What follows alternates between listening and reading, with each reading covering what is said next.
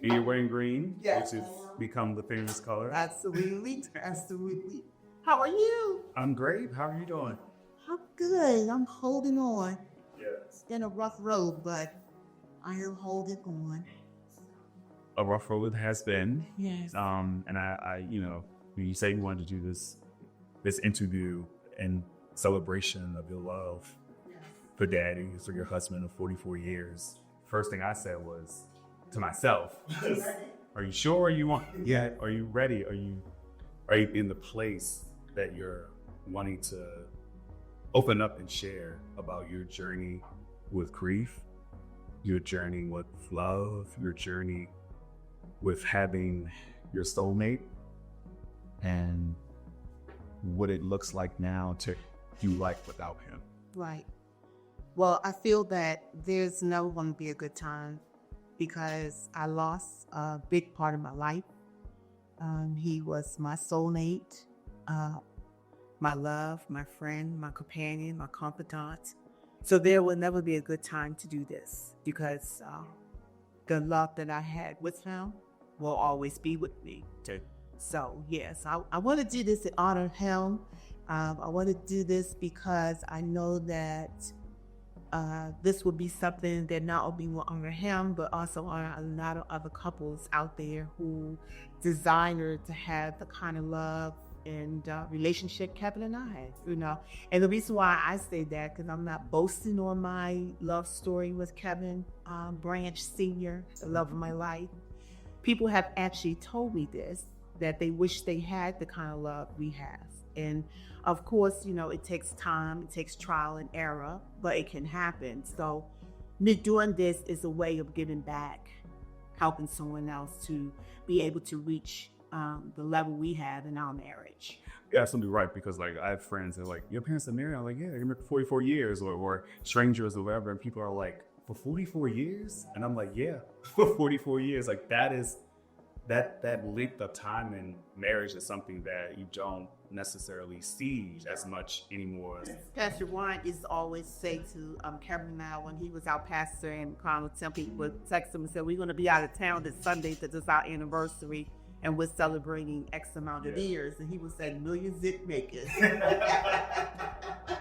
Which are the ones that... Yes, congratulations, because millions didn't make it. But always tell us that, we will tell them. Because 44 years is a very long time to be together. But it wasn't just the 44 years of marriage that you shared with Pops. It was when y'all met at the age of 14. Now, he has a different story about how y'all met. But I'm going to trump that. Well, I don't really want to use the word trump. Okay. Right. I mean, I come from a family, I don't know nobody in my family that was married. My parents was married before, but they weren't together. I don't know no married people in my family, so that helped motivate me to make a change, break that curse in the family, like, we're going to stay married. When I was in the military, I told my wife that we not calling home to your mother, my mother, father, we ain't calling nobody. We asking them for help. We're gonna do this thing ourselves. Yeah. We basically raised ourselves. I was my wife was 19. I was 20 when we got married. So we basically raised ourselves. So it motivated us to become even closer together. We was like thick as thieves, and we ride or die. The day we ride and live. Hallelujah. Hallelujah. Nice. I like that. But back then, it was ride or die. That's how we rolled. Yeah, that was the slang back then, but now it's ride and live. So I like that. Yeah, and because we have Christ in our life, and we know the Lord and we know the Word, that helps us to even flourish our marriage even more and continuously stay motivated to stay married. I mean, no weapon formed against us will prosper. Amen. We don't let nothing get in our way of our marriage. Well, I get to tell my story. Sure, yes. Tell us your version of the story. So, so I met Kevin at a very young age. I was actually, when I met him, I was going on 14. Okay. And it was one of our childhood friends in the neighborhood introduced us. And at first, I wasn't too, and he knows this, I wasn't into him that much because I didn't like animals. Wait, what? I mean, well, let me say, Right. not that I didn't like animals, I never had a pet. Because he had dogs. He and all had, that. yes. Right. And so I wasn't familiar with it. I didn't know how to love one, and now I do. Yeah. I love them. But back then, in those days, and he will always have it, his dog with him. So this wasn't a love at first sight story. Not at first sight. Okay. A couple more visions of It seeing. didn't take long, though. It didn't take long that I was able to. I was so mesmerized by his eyes because his eyes told me that I can love him. His eyes told me that I could trust him. And his eyes told me that he loved me. So I was, if anybody know Kevin, and you ever looked at his eyes, he had beautiful eyes. Yes. And then his smile, it just warmed my heart. I mean, I think that's where I get a lot of that stuff. Well, I thought you got it from me. Well, maybe a combo. Okay. Maybe a combo. But you saw safety in his eyes. I did. Yeah. I mean, did. What did that feel like to know that you could look into the eyes of a stranger and feel safe?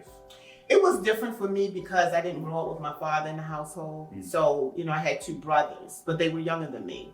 So having the opportunity to meet someone who really showed me that they really care for me and really love me, and not just me, my whole entire family, because, you marry me or you date my whole family. Sure. And so to see that with Kevin, it kind of warmed my heart and gave me a security that I never had before. Yeah. And that security that you never had before, did that make it difficult for you to love or allow Day to love you because you never had that kind of love? You didn't have a father figure. Was it challenging to go from, I guess, a friendship into a loving relationship with him? So I didn't really know what love was when I met your dad. He showed me what love was and how love feels, right? The things he did for me, how he took care of me. Such as? He would, provide, for me. He would always take me on dates. He would always tell me I'm beautiful. And that was one of the things I really struggled with growing up is that, recognizing that I was beautiful because I was a dark-skinned young lady in high school. And I used to always get teased by the boys saying I was too dark, like, darky, we can't see you, we can't find you. And all my other girlfriends were brown skin or light skin. So color was a problem for me back in those days. And we're talking in the 70s, right? So I never really saw myself as being beautiful. I never really saw myself as, as that woman at that time. And he will always tell me that I was beautiful. He will always tell me I was, gorgeous and this, that, and the other. And it wasn't until I really began to believe it because when someone continues to tell you something, it becomes true for you, right? Was there a certain point in him telling you that you believed that you were beautiful? Was it just his words, or was it you actually at a certain point looking into the mirror and saying, you know what, I am beautiful? Because you're sitting here today and you look amazing. Yeah, it took some maturity, right? I had to grow into understanding who I am, but it took him to anchor that. He anchored that for me. He built that foundation for me to recognize if no one else loved Eva, if no one else says that you're beautiful, I know I have a man who says I'm beautiful. And so the more he said that, the more I began to believe that about myself. And more vulnerable you were to let that love in from him. Yeah. Because that love was really the love that helped to transition y'all from being, 14-year-old friends to experiencing a life of love together. Absolutely. Was there a moment in your love relationship with Daddy that you realized, okay, he is the one. Like, this is the man that I'm going to spend the rest of my life with? I think it was a lot of moments that I realized that he was definitely going to be the one. Now, my mother didn't, she wasn't too happy. She wasn't too happy about it. When I met Kevin had already graduated from high school. I was about to graduate. And he went into the military. And so prior to him going into the military, my mother was like, he hangs around the corner on the corner with these other young guys in the neighborhood. Yeah, no, we're not doing that, So, but once Kevin graduated and went into the military, she saw a different Kevin, right? And so she came around. But I had already saw that Kevin. I already knew that he was the one for me. He has a way about himself that he's very reserved and private. Mm-hmm. But when I'm with him, he's free. Mm-hmm. And he opened up, and he shared a lot of his childhood upbringing with me, and things that he wasn't too happy about within himself, and things happened in his family. And I did the same. I shared a lot of things with him that about my upbringing and not having my dad there, and stuff like that when I was younger. Now I have a great relationship with my dad. Hey, Daddy. But yeah, I knew Kevin was the one. It was just something about him. We connected. We loved, going out together, partying. Back then, in those days, it was Odell's. If you belong. Right. So I mean, to the point that I think what really probably let me know that he was definitely the one, but he stole his dad's car to take me out. That was so impressive to me. However, I didn't like the fact that he put me off on the corner and told me to wait right here until you take the car back. And then all of a sudden, this man come running out the house. I told you not to take my car. Why did you take my car? He used to steal his dad's car to take me out. And he had me thinking that was his car all the time until one day he was like, he put me off. He said, I'm gonna let you out right here, and I'm gonna go park the car. And he let me out, and he went to go park the car. And next thing I know, this old man come running out the house. Didn't I tell you not to take my car? I was like, oh my goodness, you done stole your dad's car. So we were friends before we were lovers. And I think that right there sealed the deal. Yeah. I'm like, you were willing to risk getting in trouble with your dad to take me out. And my friends, because it was just me. He took my friends out too. We all had a great time. So that was, I think that was a pivotal moment for me to recognize that this is the one. This is definitely the one. And I think when you talk about like the trust that you saw in his eyes, I would venture to say that he saw the same trust in your eyes, like looking back at you. So he was willing to open the window of his soul to allow all of him to be experienced by you, and vice versa, kind of like this immediate trade-off for both of y'all. Mm-hmm. It's so funny you said that, Kevin. I don't know if your dad told you this story, but he said he remembers seeing me. I didn't see him. He said, I seen you a long time ago. You was walking down Carrollton Avenue, and you had on this pink outfit.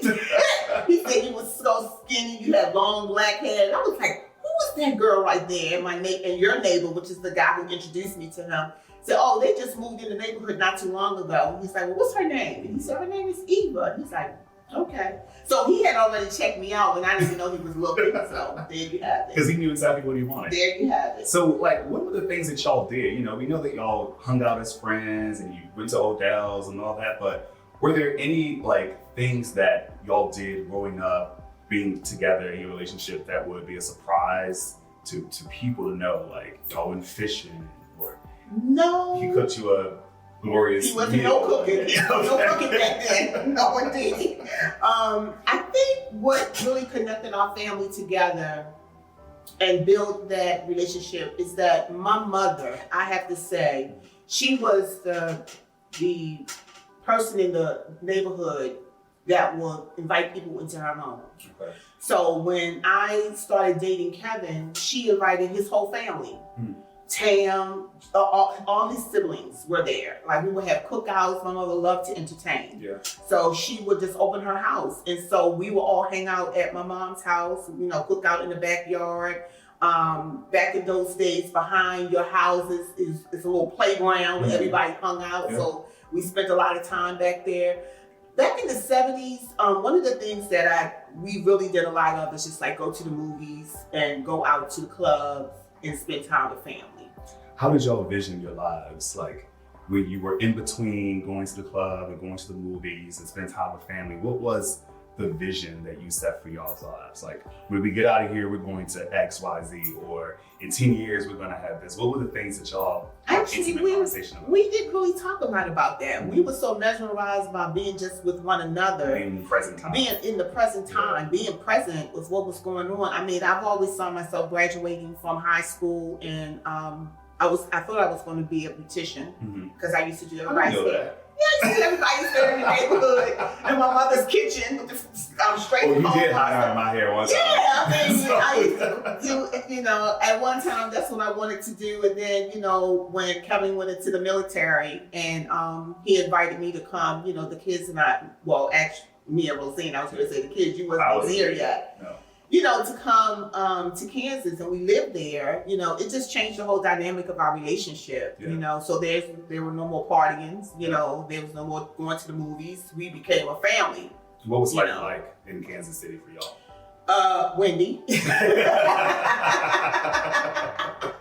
You know, when they talk about seeing a ball of hay roll, yes, wow. That's the type Wizard of Oz type stuff. I mean, so you go from being in Baltimore City, like Sandtown area, to Kansas City. Yes. And you just pick up everything and you just go. Yes. And you plant yourself in Kansas City with your husband and your daughter. Yes, and I think that was the most amazing, most transformative time in our lives. And the reason why I say that is because we just got married, had Rosina.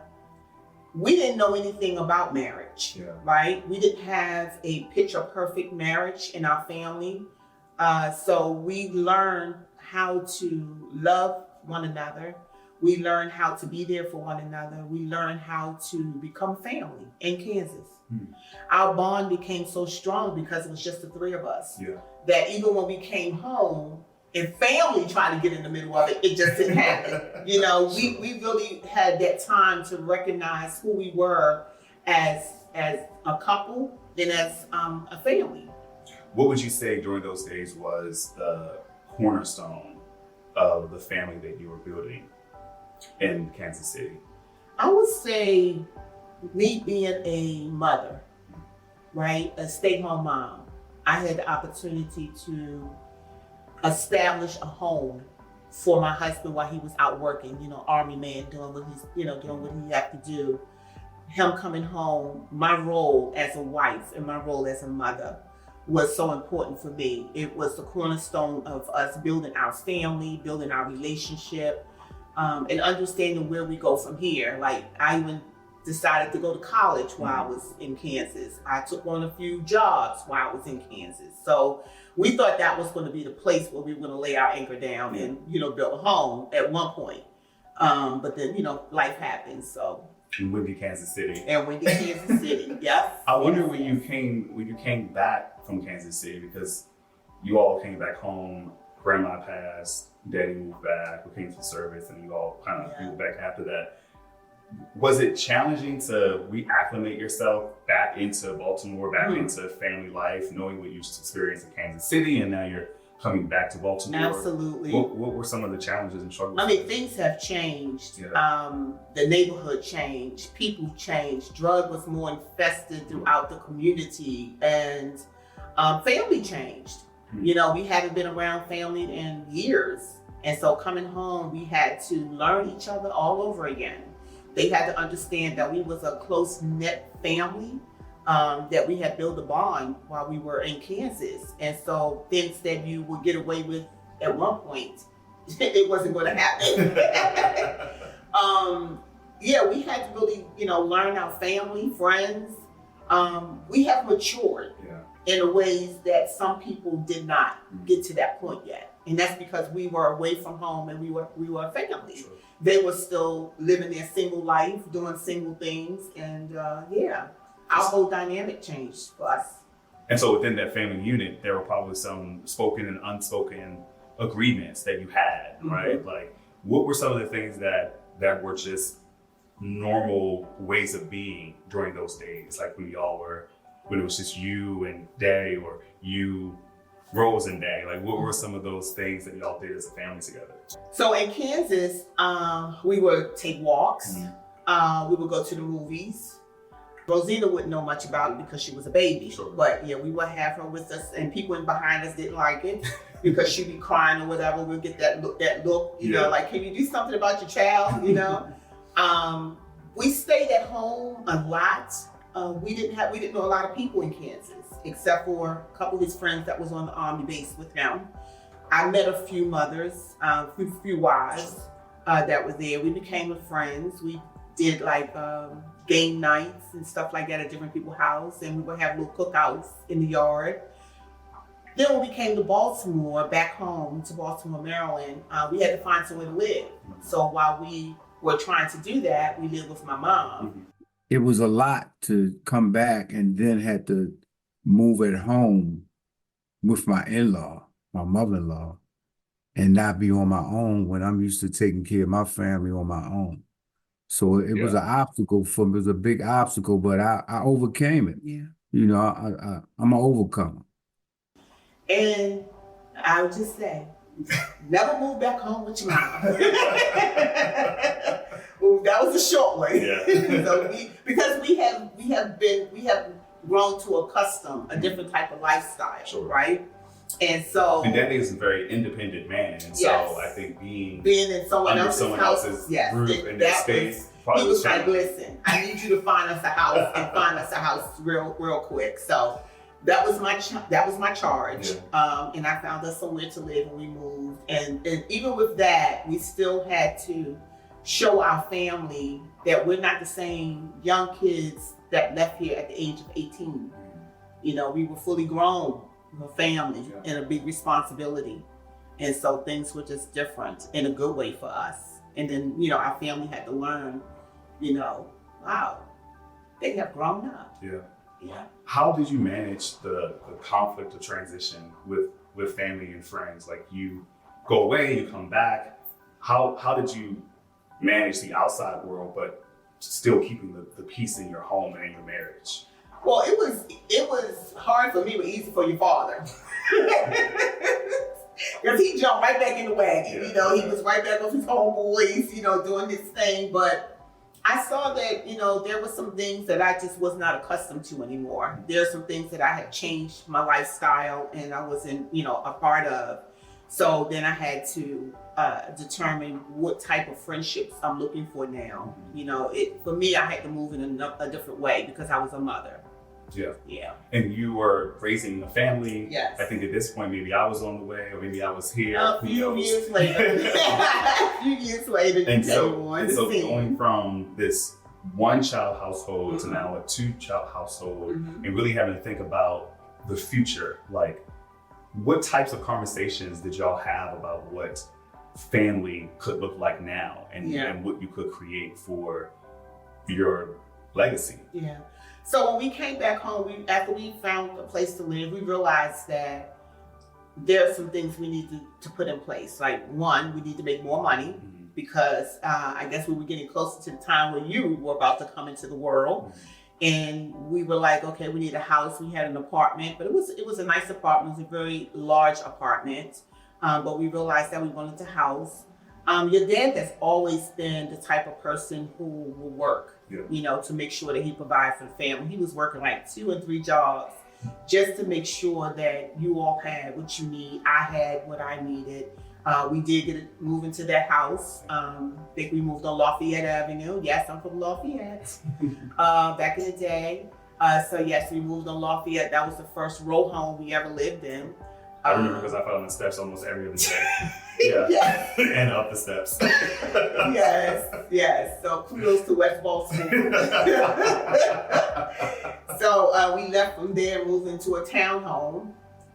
And then from the townhome, we moved into our single family home. I mean, I know you say that there wasn't necessarily conversations about the future of your life together, but when you outline, you know, starting here in Baltimore, going to Kansas City, coming back from Kansas City because of a tragic event, and then starting your life over, buying a home on Lafayette in West Baltimore, moving to Beachfield area, now to where we are now. It feels like to me that there was a plan. Maybe there was a greater plan that y'all didn't necessarily know was in motion, but outside looking in and being a part of the journey, it felt like there was always a plan. There was always a thought of like, what is the next step? How can we leverage these experiences to change the trajectory and face of our family? Yeah. I think the plan probably was there, but it just wasn't evidence. It wasn't like right in my face. Yeah. But I think the knowing that I needed to do more, we needed to do more for the family, put us in a place where we needed to start making some changes. Yeah. And I just think everything just came together, just started unfolding for us.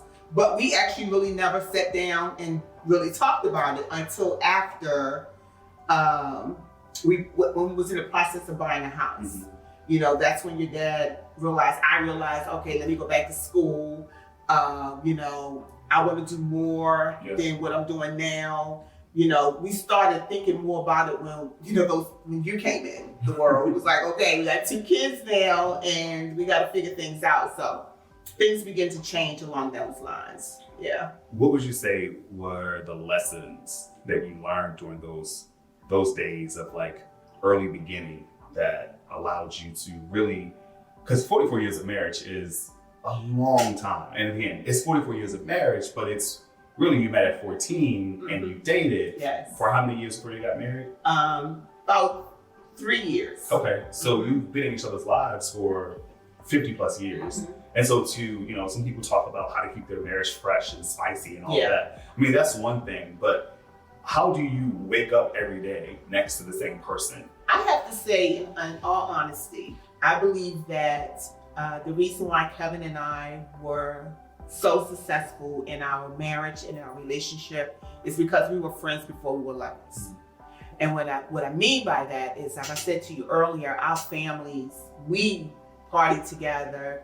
We had a lot of outings. Everything was out at my mother's house. We became real close. And then when we moved to Kansas, it was just him and I. We bond even more. Just doing things together, laughing with each other. At one point, people used to say, you know what? You starting to laugh like your husband. Y'all starting to sound alike. And I would try to listen to myself sometimes, like, am I really sounding like you? But they say after a long time, you do begin to take on some of each other's characteristics and stuff like that, So so that was a good thing to take on, his laugh, because he had a beautiful laugh. Yeah. But, to your question, I would say that, be friends before you become lovers, right? So that when you need to draw on something, you draw on the memories, the laughter, the fun, all the things that you did before you, got intimate and, all of those type of stuff. So I like to refer to it as cushion. Like, you have to build cushion in relationships because the things that you came in with, like the money, the love, the looks. Look, I don't know about no money. Well,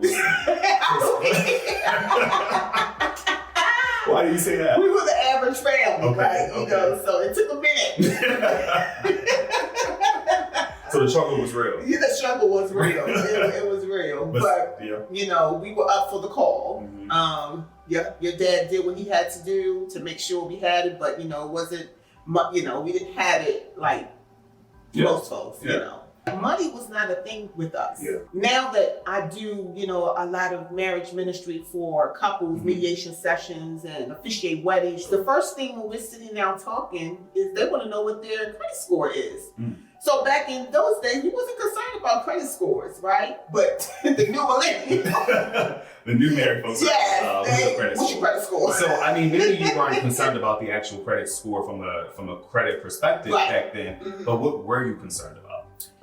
Being able to survive, being able to, provide for our family, because that's how my mother was raised, right? Education wasn't the key thing that she told us as we were growing up. She said, you need to get a job so that you can take care of yourself and take care of your family, because that's what was told to her. Yeah. It wasn't, go to school and graduate from school and go to college. It was go to school and get a job. So for us, being able to survive, right? Until we knew better that not only was survival, you also need education, so. How did y'all manage conflict in your marriage? Let conflict have his way.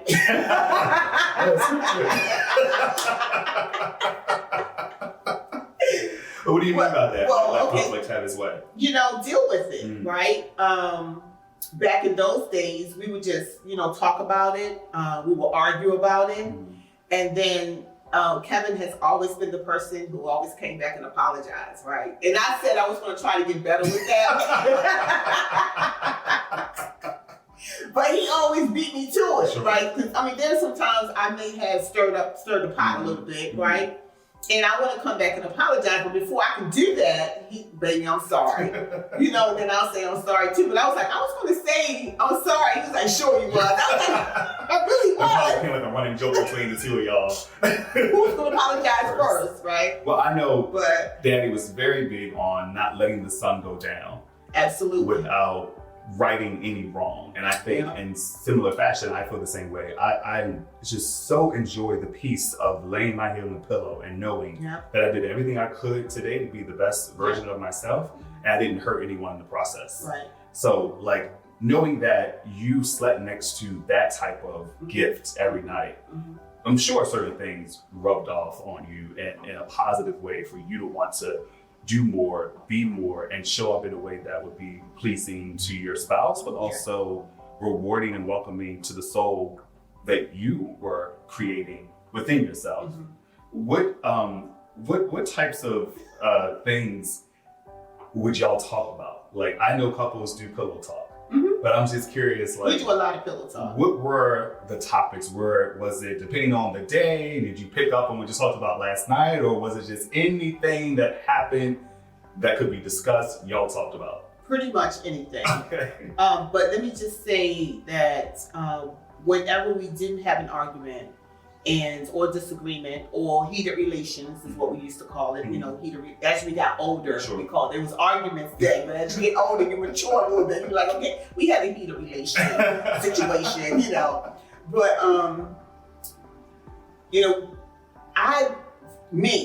my way of handling it is to walk away, find another time to deal with it, because we're both at a 10. Sure. So we're not going to hear each other out, and we're not going to get anything resolved.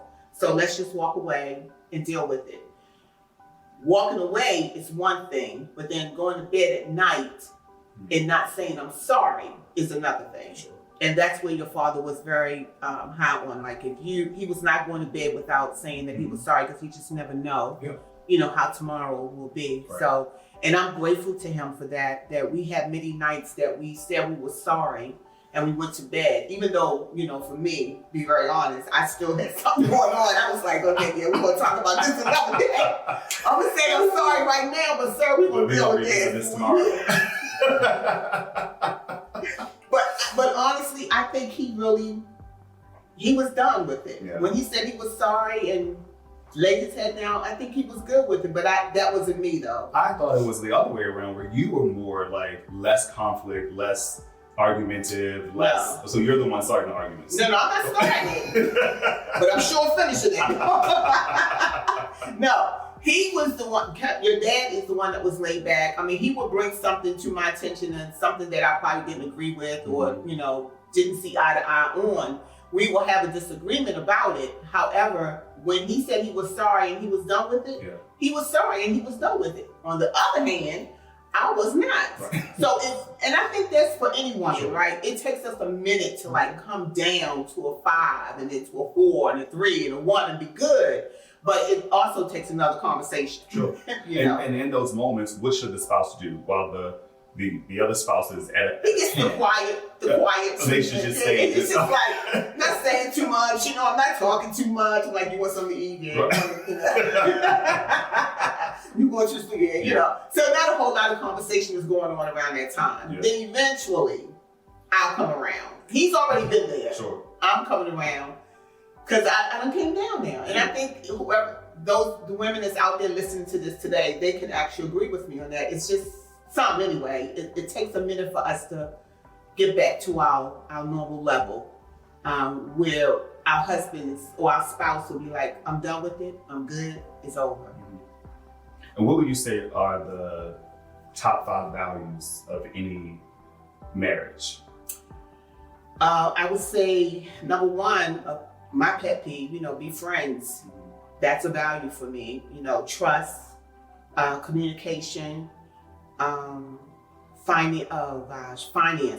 That's major. Talk about it.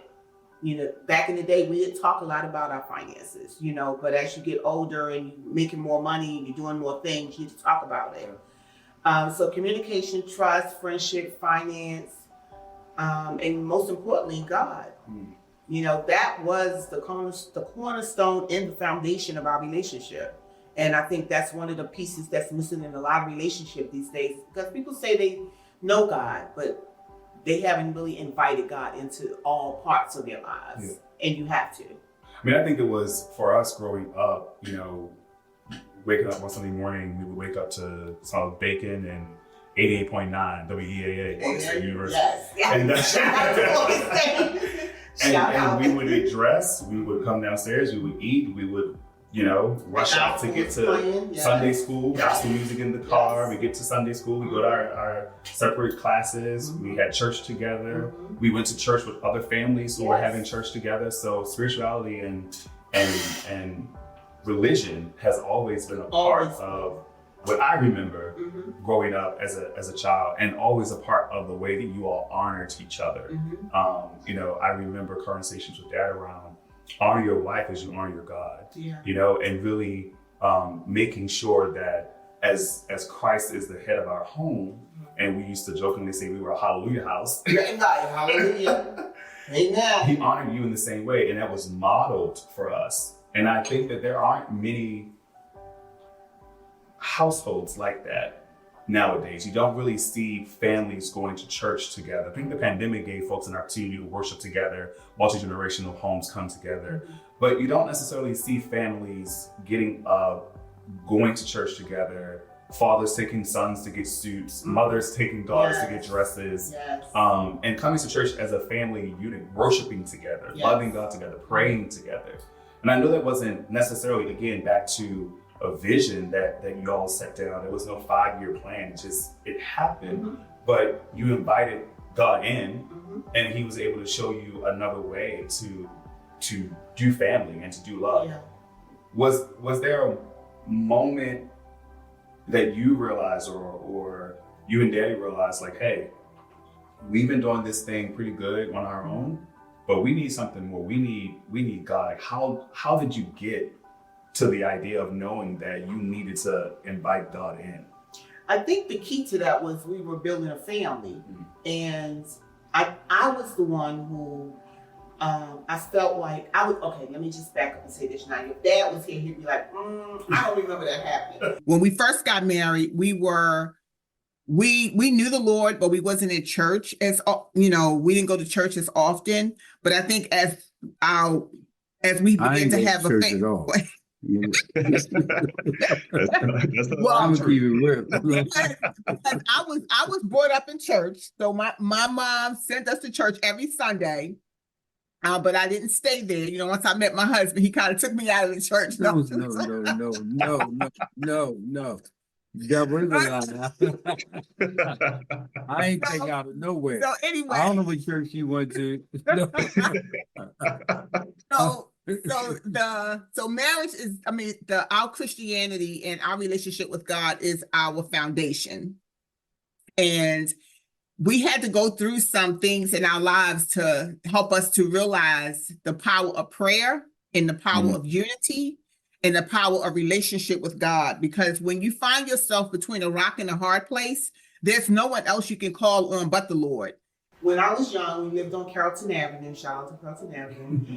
My mother sent us to church every Sunday. This was before I met Carol. So every Sunday we went to church right up the street from us. And she would come as well, but we always went to church. So as I got older, I kind of, didn't go on a regular basis. But church was already introduced to me from my mother. Prayer was introduced to me from my mother. And I used to listen to my mother pray every night for her children. And her prayers were so intense. And I used to say, Lord, help me to pray like that one day. Like, I just felt the spirit like coming off of my mother when she would pray. So my mother introduced me to a prayer life, right? And so that was already in me. And then when I met your dad and we got together, we didn't go to church right off. When we were in Kansas, we didn't go to church. But we love the Lord. You know how people say they're good people, but they don't necessarily go to church? So we were the good people, but we didn't necessarily go to church. We knew who God was. When we moved back to Baltimore, we realized, okay, we need to figure some things out. My circle changed. I met some really good, nice people who were in church. And so I went to their church and I really liked it. We had a great time. I said, oh, I'm gonna come back. But I went to that church wasn't because I wanted to hear the pastor. I went to that church because back in them days, people would say, oh, did you go to such and such church? That choir was off the hook. Like, and I think like, wow, I'm putting it in. Yeah, you gotta go to the church. So me going to church wasn't to hear the word, but it was to see the choir. Shout out to St. Abraham Baptist Church, because that was the choir. Yeah. And so it just, that one time I went, I was like, oh my gosh, this is amazing. Like, we were having a good time up there, Holy Ghost baptized, filled, And then we talking about the Holy Ghost falling and people shouting and running around. I'm like, what the world is going on? So that was the first time that you had experienced church like that. Oh, yes. At St. Abraham. Oh, yes. How was your church growing up? It was just quiet. Okay. It was quiet. I was young. Yep. They wasn't doing a whole bunch of that. Okay. You go, you get the word, you leave, and that's that. But as you growing up in the 80s and the 90s, it was different. Yeah. That gravitated me to church. Mm-hmm. And so ever since, I was like, you know what, we're going to church. I would say to your dad, hey, we're going to church on Sunday. I had you and Rosina, y'all were dressed and ready to go. He's like, all right, I'll see y'all later. Yeah. So he wasn't interested. Yeah, not at first. I remember. Yeah, he wasn't interested at first. Yeah. And so when I told the first lady at the church, I was like, I want my husband to come to church, but he's not, coming to church. She said, take some oil and anoint his head. She said, take some oil and put it in his shoes. Take some oil and touch his bed at night. I was like, I was an old sister. You hear me? I will anoint something in a minute. Yes, I recall waking up a lot of nights. Yes, oil on the children. Absolutely. So I was like, okay, I put oil in his shoes, oil in his head. He would sleep one night. I slapped that oil on him. And eventually, the Lord touched him. And he came to church. And when he came in, the first time he came, he loved it. And then maybe months later, he decided to come on a regular basis. And yes, that started all of us going to church as a family. That started all of us working in ministry, understanding what ministry was all about, the foundation of, serving in church. You all knew that from a young age. You were usher, choir, Rosina singing solos, all of that stuff started, as a family unit. I always say church has been the biggest blessing to me. Yes. It is the foundation. People always question me, how did you get your start in producing events? And I'm like, church. I produced concerts when I was 10 years old, calling gospel artists, real gospel artists, saying hey, can you come to our joy night? And they're how old are you? Right. Right. But church gave me the foundation and the bravery, I would say, to be able to, and also the education to know how to navigate in different circles and different spaces with different types of people. So I will always just thank God for how you all thought about, again, for me, how you were visionary and think about, okay, if this family unit is going to be what we can't even imagine it to be, then we need to do what we've never done. Yeah, there was an element missing. Yeah, and we need to set our children up in a way in which they will be able to prosper and to flourish in a way. Daddy would always say to me, I want you to do better and be better than me. And I believe that you both walk that out and continue to walk that out and create the space for us to be extensions of you all, but to do it in the way in which we were created to do. Yes, absolutely.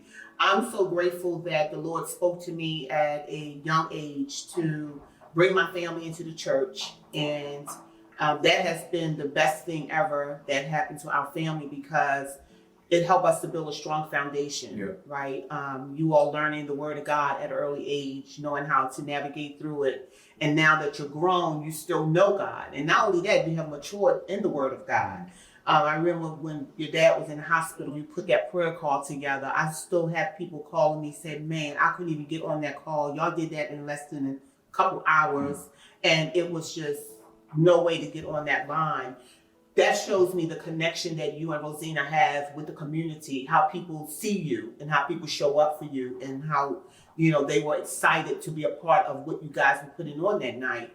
And so for me, it allowed, I wish your dad was coherent at that moment, just to see how his children was moving during that time, and how you showed up for him, and how your prayer that night. People were like, "Oh my God, I didn't know your son can pray like that." I'm sorry. We come from a praying family. Like, what do you mean? That's right. Like, his dad can pray, my son can pray, my daughter can pray, my grandbaby can pray, and I'm very proud of it. Yeah. I'm very proud of it, because that is the cornerstone of who we are. You got to have that relationship. You got to know that prayer is essential, right? And it's the only thing that's going to move and change anything we do in life. I think having a relationship with Christ is paramount. Yes. Right. Absolutely. Like, and it was very clear in growing up in our home that Christ was the center of our home. Christ was the center of your marriage, and whatever we were going through, whatever we went through as a family, whatever you went through in your marriage, there was always an opportunity to recover. Yes. Because we had a higher power working for us. Yes. We had our faith in something that was larger, greater, and bigger than us. And when we can tap into that, and teaching us, and I talk about, again, having a little on my head, waking up in the morning, trying to go to school. But I realized that there was, and has always been, something peculiar about our family. And I think that the way in which we were able to tap into our salvation and tap into our Savior during those days, when Dad was in the hospital and we had to pull in people for prayer and pull on God to really help us. It wasn't, for me, those days were very challenging, because it was, God, please heal my dad. Yes. But also, God, please help me. Yes. Because I'm struggling with all of this, yes. right? And you talked a lot about the importance of living out your vows. And I think, on August 11th really started of this year, really started the trial of your vows. Like, your vows were put on a stand. Absolutely. Starting August 11th. Absolutely. When you got the phone call from Daddy that he was in the hospital and wasn't feeling well. And from that day until the 14th, when he slowly transitioned from us, you had to live through, for better or for worse, sickness and health, to death do us part.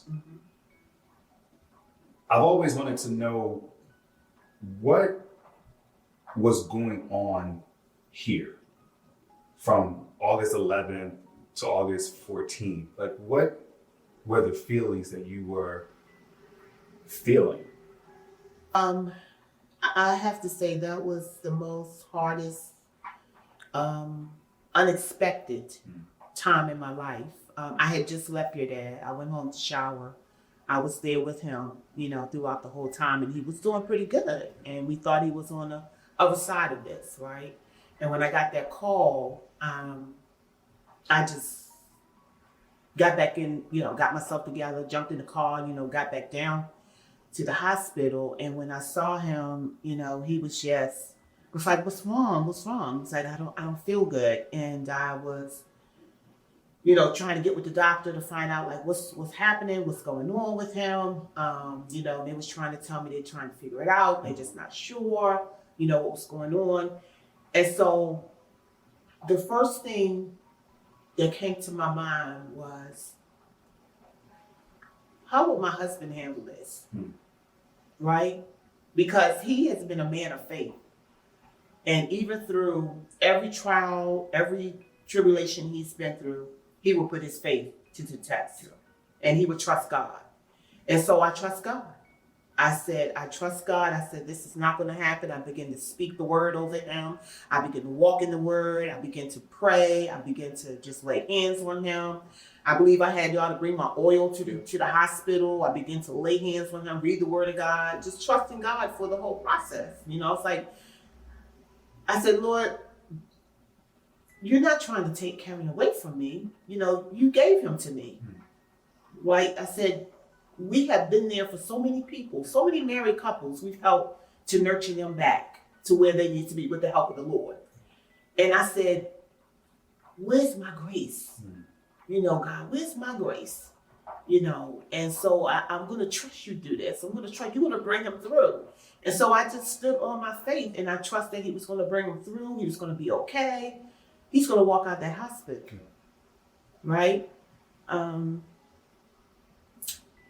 we know that God had another plan. And his plan was, Kevin had done all he could do on this earth. And it was time for him, to go home to glory. And that was hard for me to accept because I felt like we did so much. Why would you take my husband? He's such a good man. I'm not saying other men, take another man, sure. I'm not saying that, but I'm just saying he's a good man. And so I just couldn't understand at one point why God wouldn't bring him back. And that was hard. I had a hard time even dealing with after he passed. Mm-hmm. I had a hard time praying. I had a hard time even talking to God. Did you have a hard time praying and talking to God because you felt that God disappointed you? I was very disappointed. I was disappointed because here, your dad always called me, and I'm not saying that I have these power, this power, but he always said, you're my prayer warrior, you prayed me through so many things, and we prayed through so many things, and God delivered, right? This is not his first run with sickness. Right. The first run, we laid hands on him, prayed, and God brought him through. And I was like, God, you did it once, you can do it again. So when it didn't happen this time, it put me in a place where I had to really figure out, about this thing called faith. It took me some time because I was in so much grief that I didn't have the strength to even pray. Yeah. And thank God I have friends who can pray for me because that was the time I needed them because I couldn't pray for myself, And what I like about God is that he understands, right? So I know some people probably watching this and saying, well, how could you not trust God? Or why did you think God wasn't there for you? Until you walked in this position, you never know where your faith or your trust in God is going to take you. You never know. Because when you lose someone of this substance, right? My husband was a true man of God. He was a loving father. He was my best friend. He was friends to many. Yeah. It was relevant at his funeral. Right. It was people everywhere because that's how Kevin was loved. A lot of people loved him. I was at a place where, trusting God was hard for me at that very moment. And I think you can't judge anyone until you've been in that place. Yeah. To see how that unfolds for you. Until you've walked the walk. And yes. This whole time, I remember, there was a moment in time that week where after Dad passed, where I too was kind of like, God, what the hell? Like, you have done this for so many people. Yes. It's in the Bible. You have been very clear about what we get to have. You told us how to pray.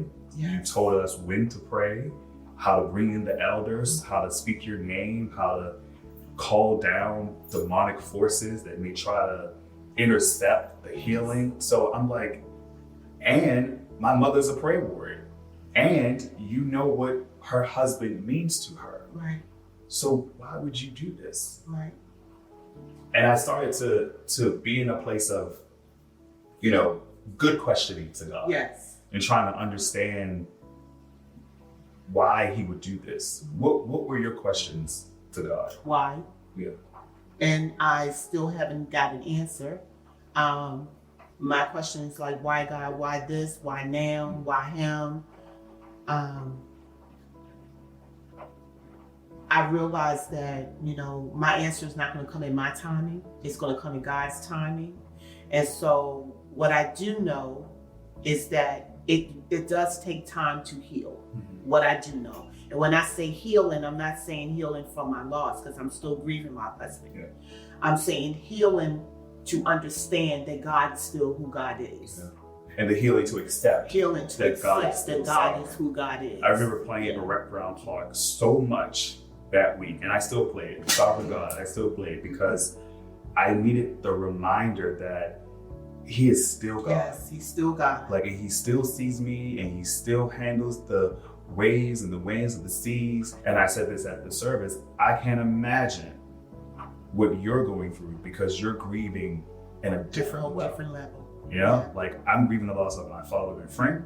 You're grieving the loss of your friend, your boyfriend, your lover, your husband, your partner, your soulmate, the person that you planned to do life with forever. And like you're coming into the golden years of marriage and anniversary, and the person that you plan to experience the beauty of these years with is no longer physically here with you. Yes, very hard, especially since that's one of the things that we talked about.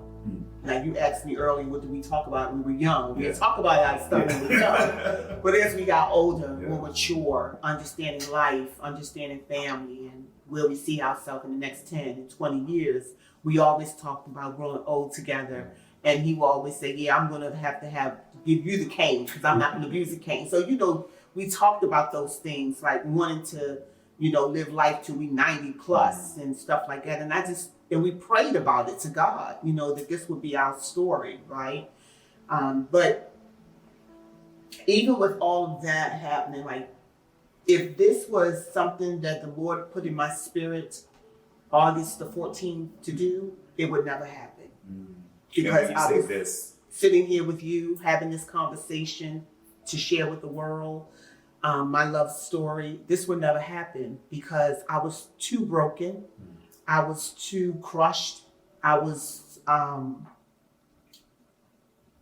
think I was in a fog, if you will. Right? Life was passing me by and I didn't even see it. Days were going by and I didn't know what day it was. Time was flying and I didn't know what time it was. Now I'm at this stage where I'm still grieving. I'm still broken, but I feel the manifestation of God working through my life, even in my brokenness. I feel God directing my path. And I'm so grateful for the friends that I have and the family members that I have that have a prayer life, because I'm feeling the prayers from all those who have been praying for us, who've been calling and texting and, you know, showing up in a real good way to let me know that they really love me, my family, and my husband. So I'm grateful to that, right? Because that's part of the healing process, right? You can't do this by yourself. There's no way. You will find yourself going into a dark tunnel. You will isolate yourself from the world. You need a community. That's right. And I'm grateful for the community that God has given us, because there's no way that I can sit here with you even today. You know, when the Lord dropped this in my spirit to do, Kevin, I thought, really? You want me to, now, the 14th would be 4 months, right? You want me to sit here and talk about my soulmate, the love of my life, while I'm still grieving? I still don't sleep good at night. I'm not eating well. I see a therapist every Monday. I'm still going through. But you want me to sit here and have this conversation about my love story to the world? That's right.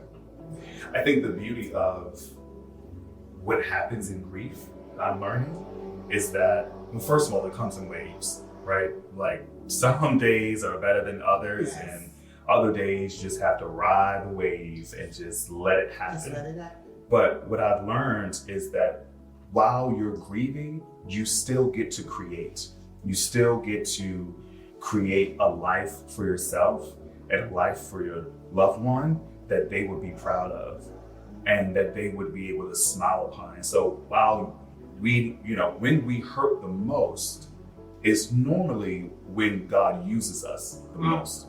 Or when we feel that we are the least of them, when we feel that we have nothing to offer, is when God takes our misery and turns it into our ministry. You know? So I know what I'm learning about grief, but what has grief taught you about love? Grief has taught me that about love is grief is love with nowhere to go. Break it down for us.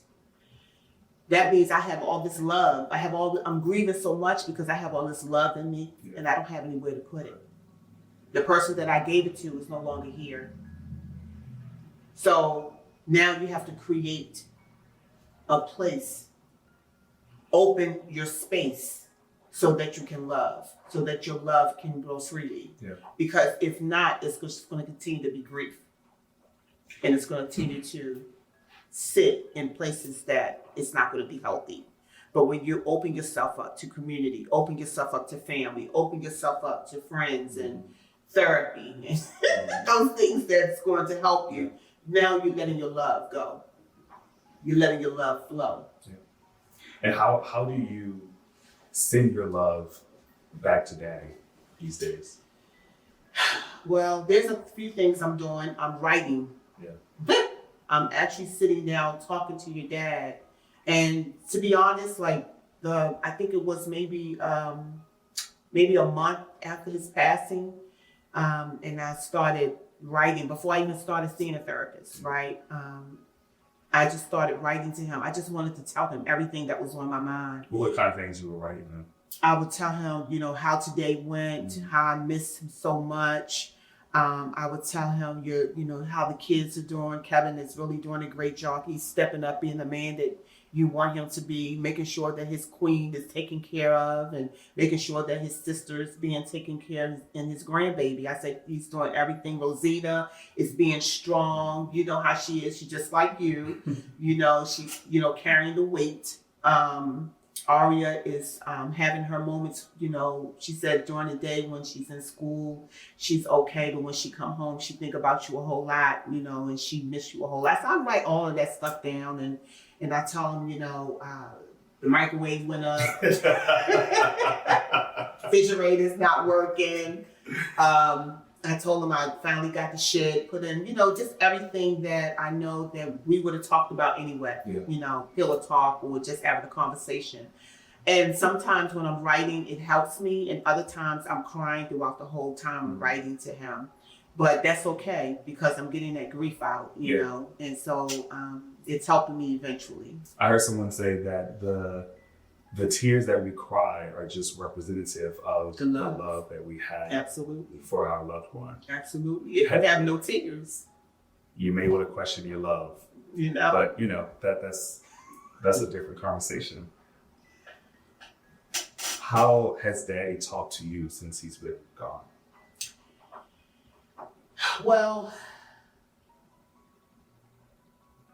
I had one of the things, and I think I shared this with you all, is that, it may sound crazy to some, but for me, I wanted to see your dad in my dream.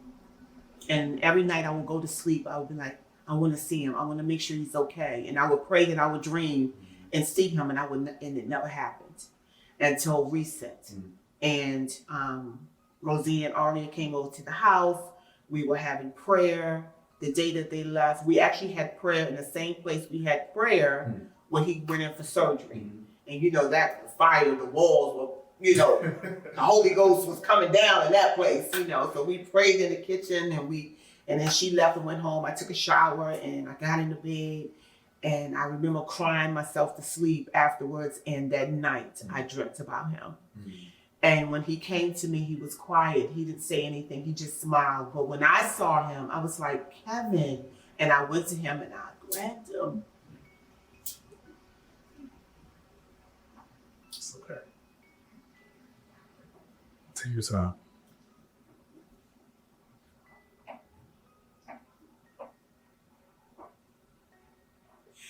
He actually didn't say anything. Yeah. He just stood there smiling. He had on his white shirt that he loves and blue jeans. His gray beard was nice and shiny. And he just looked at me and smiled.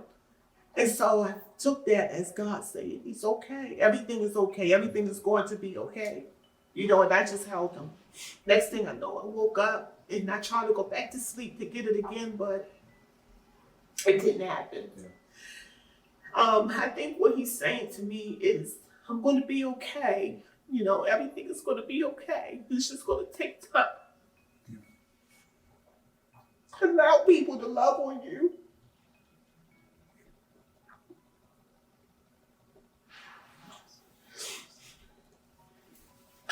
And what he was saying is allow people to love on you and allow people to be there and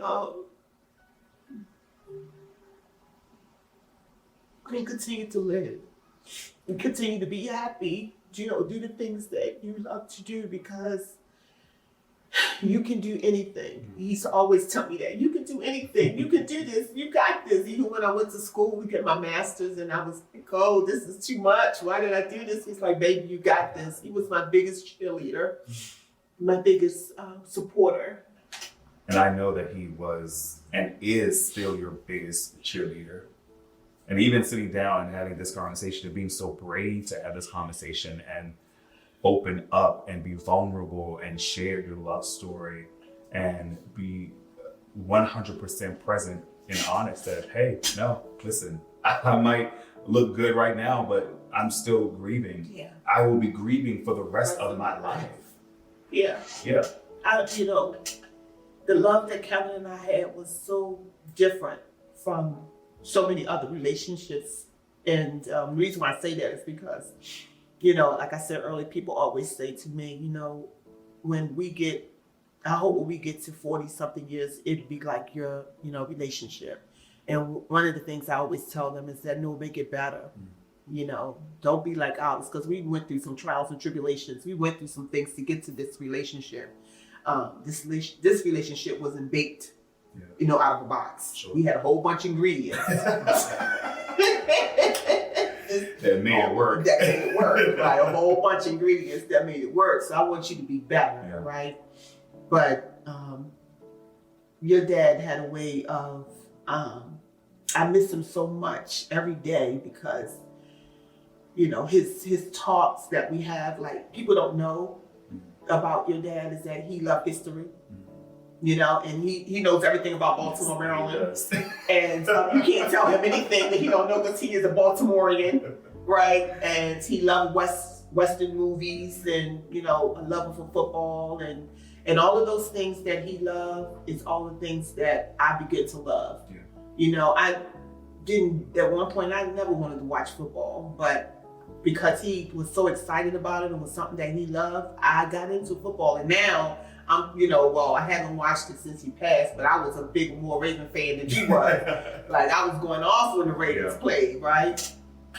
But it's almost like y'all's lives began to like just merge and just, intermingle together in a way that we totally came one. People would always say, like, wherever you see, your father, you see your mother, and the relationship that you had was one, because you all honored each other in that way and created such a blueprint for people to see what's possible. Exactly. And also, I want to also make it clear too that I don't want people to think when they see this is that we had a perfect marriage. I think every marriage has obstacles and situations and setbacks and disappointments. But what I want to say is the reason why we were able to triumph through that is because of our relationship with God, right? We understood the covenant of marriage. Yeah. We understood the foundation of marriage. And so even when we find ourselves in those places of questioning our marriage and questioning if we still want to be married, God was always there letting us know, yes, this is something that I put together. Right. And so because, God did that, that was why it was a hard thing for me to recognize, why would you take him when you gave this man to me, right? But, I had to learn that, things that we never understand the mystery of God, and we never understand how God do things, but we know that he sees what we don't see, right? He could have seen things that he didn't want us to experience.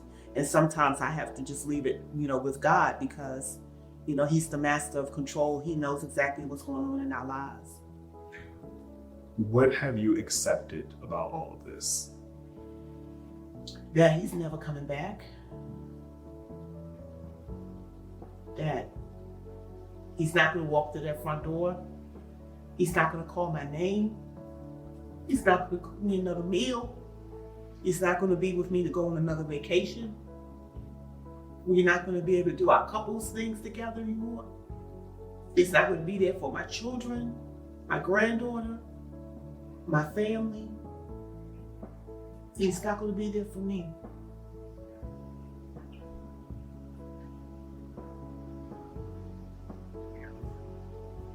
But you know, God said he'll be a father to the fatherless, a mother to the motherless, and I trust that he would be there for me. I've never saw myself being a widow. I didn't see this coming. This happened. I didn't see it coming at all.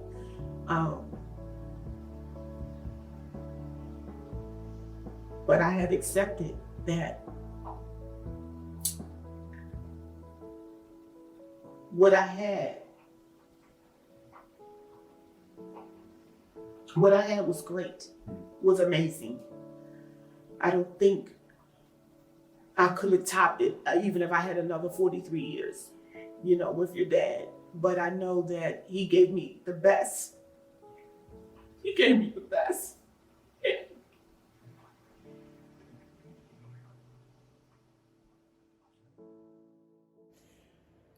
Oh, wow. I remember this day.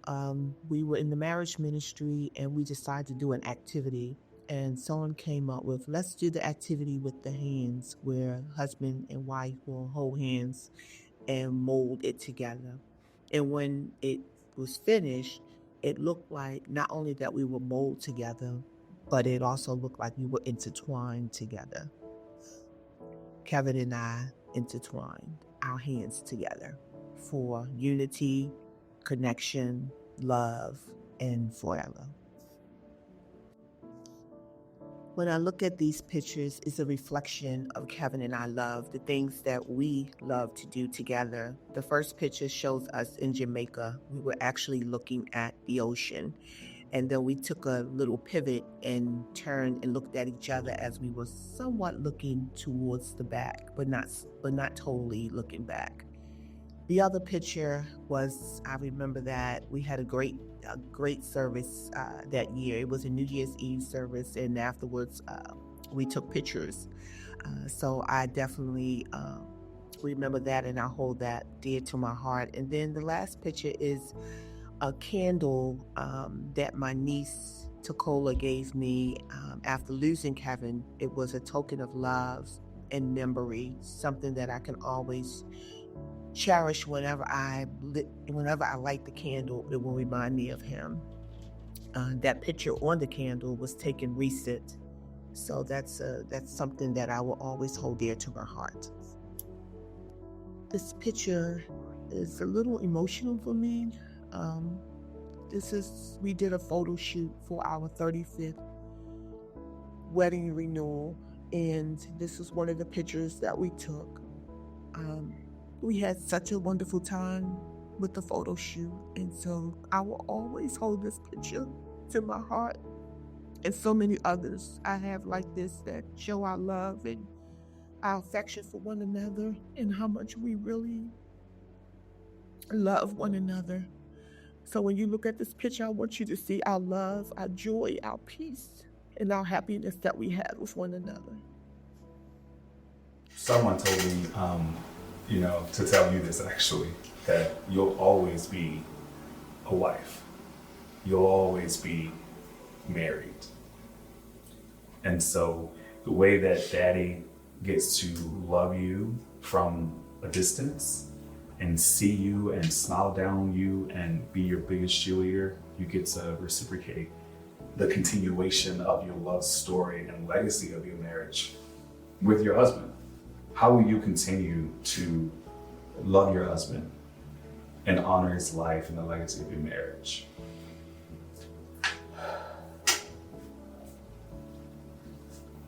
I knew that I wanted to do something that will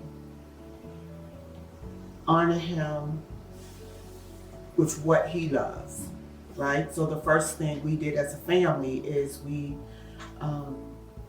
established a scholarship fund for culinary art ministry, for culinary art student that has the compassion and passion for becoming a chef, for inspiring a chef, for So we started that.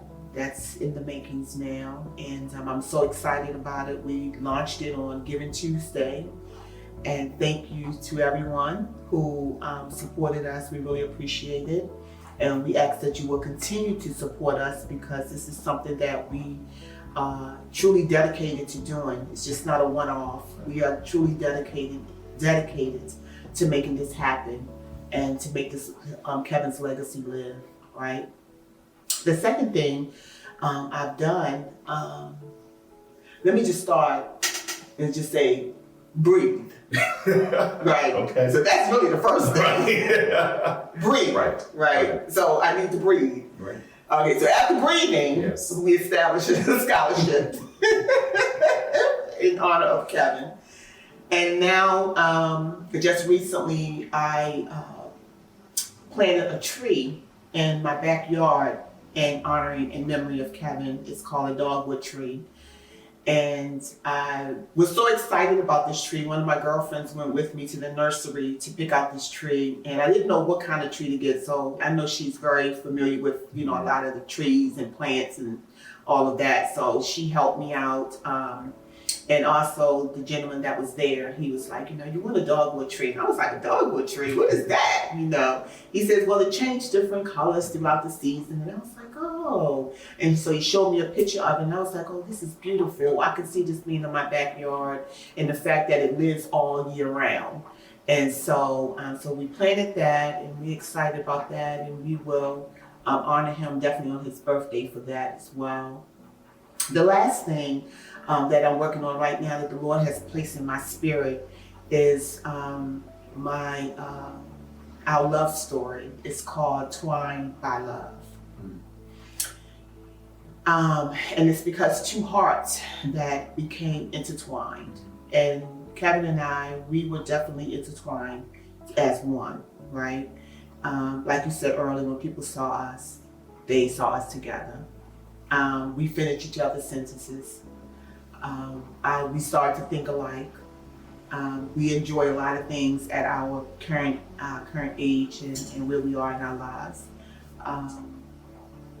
Our marriage was definitely intertwined. Where the day that he left this earth, I felt like a part of me left with him, right? And that was the part that was twined together. And so that's where I came with Twined by Love. And that's amazing, first of all. Because again, it's the power of creation and grief, right? Like, as you said, the first thing you did was breathe. Yes. Took that breath, and then that creative power started to flow through you again. And so, Twined by Love, yes. What is it that you are looking to do with that? How is this initiative going to live? Yeah, so I'm breathing into Twined by Love because I want to create an opportunity for other married couples to have a love experience like I have with my husband. I want them to be able to tell their love story. And so I'm looking to launch this out soon. So definitely look out for it, Twined by Love. There's a lot of things that's coming along with it. Speaking ahead, I'm looking to do a lot of conferences and workshops, small gatherings, and we're going to talk about, your love story. And for those who are aspiring to have a love story, such as my husband and I, that ministry will help you to have a love story that's intertwined by love. And it's so fitting, right, that you get to share your love story. Yes. And you probably didn't realize that while you were living your life and experiencing life with Dad, that you were building this all along. No. Yeah. No, really. I told you, even when I shared this with you, I saw how you looked at me, because it was one night I woke up and the Lord spoke to me, and I began to just writing stuff. And I think I shared with you, I want to do a segment where I want to talk about our love story. I feel like this is a great opportunity to pour back into couples, on our anniversary. Right? I want to honor my husband by doing this, and I want to share this with the world. And you looked at me, it was like, who told you this? I was like, I was like, yes, this is what I want to do. And when I showed you everything was written out, you was like, well, she's serious. Yeah. Yeah. So. Because I know that, as you said before, Daddy, biggest cheerleader, but I think we also can see the greatness that lives in you, that we get to be benefactors of. But now it's time for other people to experience the beauty of legacy, the beauty of love, the beauty of what can happen when you take a chance. Yes. You know? And I think when we think about what we get to create in grief, Twined by Love is being birthed from what you're going through right now. And so it makes it that more powerful, it makes it that more real and more tangible, because this is something that, you know, you're dealing with. Like I said on this other podcast I was on, I've always wanted to kind of have a podcast, never really knew what I wanted to talk about, but I can talk about grief, because I know what grief is now. Yes. I know what it feels like. I know how it hurts. I know how it makes you cry. I know how it makes you laugh. I know how it makes you go into fog. Yes. I have a relationship with grief. Yes. And out of your relationship with grief, you're able to birth something beautiful that's going to help countless of, you know, couples thrive all over this world. I mean, absolutely. And I did not see myself doing this by myself. Yeah. Right? You know the story. We were over the marriage ministry at our church for years, and we cultivate a lot of marriages and build a lot of strong pillars, relationships in the church. I didn't see doing this by myself. I thought my husband would still be here with me, and for God to put this in my spirit at this time, and I know it's God, because there's no way I can do this on my own strength, right? So I'm excited about it. I'm excited by Twined by Love, because it's going to build up so many relationships. It's going to give an outlet for so many couples to be able to learn more about themselves, how they can grow together as one. Because it's true, when it says two becomes one, and that's not only in words, that's in thought, that's in mind, and that's also in your heart. You become one, and a lot of couples are not there yet. They're together, but they're not one. Right? And so that's my goal. I want to be able to work with couples and do a lot of exciting things and fun things to help build and rekindle new birth in marriages. And I'll just say, it's not that you're doing this alone, because Twined by Love, the two hearts became one. Two hearts become one. Daddy's right there with you. He's always, right here. Always. Always. And so I think the beauty of this is that you still get to execute and honor the beautiful love story and legacy of your marriage through this initiative to help so many other couples find their way to a love that's twined by love. Yeah. Twined by love. I love it. I love it. I love it too. It's awesome. What message do you have for married couples, for folks who are looking to be married and to have a thriving relationship like you had, or someone who is grieving the loss of a loved one? What message do you have for them? You can. Yeah, well, for those that are, married right now and, just having a, good relationship, I'm going to say, continue to build on that relationship, continue to date each other, have conversations, and have the hard conversations. I think we never want to talk about death. We never want to talk about sickness. But that is something that we need to talk about in marriages. What do we do? How do we move through this? Like, how do I live without my spouse? That's a real thing. And I'm doing it right now, and I can tell you it's not easy.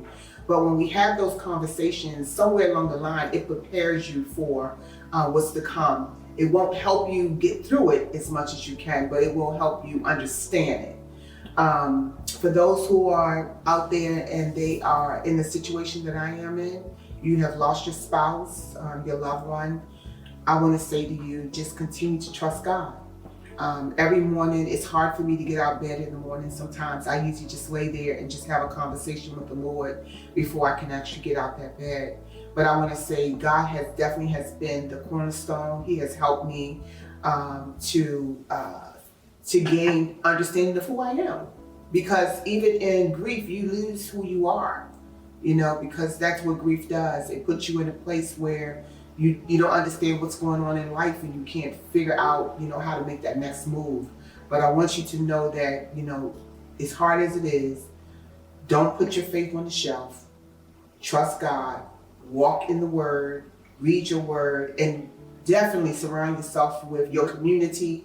That is so important. I mean, that's what I would say at this point, because it's really until you actually walk in this grief, you know, it's hard to believe, you know, give total advice to someone unless you know exactly what they're going through.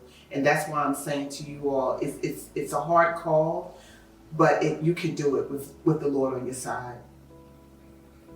Thank you. Oh, it's over already?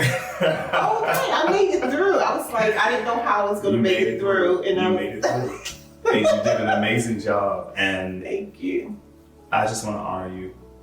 I don't know what it feels like to sit in your seat. And I know that there are lots of things that can be said, and none of the words that we have in the English dictionary will ever satisfy the feeling of void. Yes. But what you did today and what you plan to do to pick yourself up and to produce life from a dead place for other people is amazing. And it is definitely God sent. Yes. And I just want to thank you for being vulnerable. Thank you for being open. Thank you for being willing to share all the story and all the things, Yes. even while you sit and you grieve one of the biggest losses in your life, while we grieve one of the biggest losses in the history of our family. I love you, Ma. I love you too. Thank you. Thank you. I wish nothing but greatness for Try My Love. Thank you so much. Love you too. Thank you.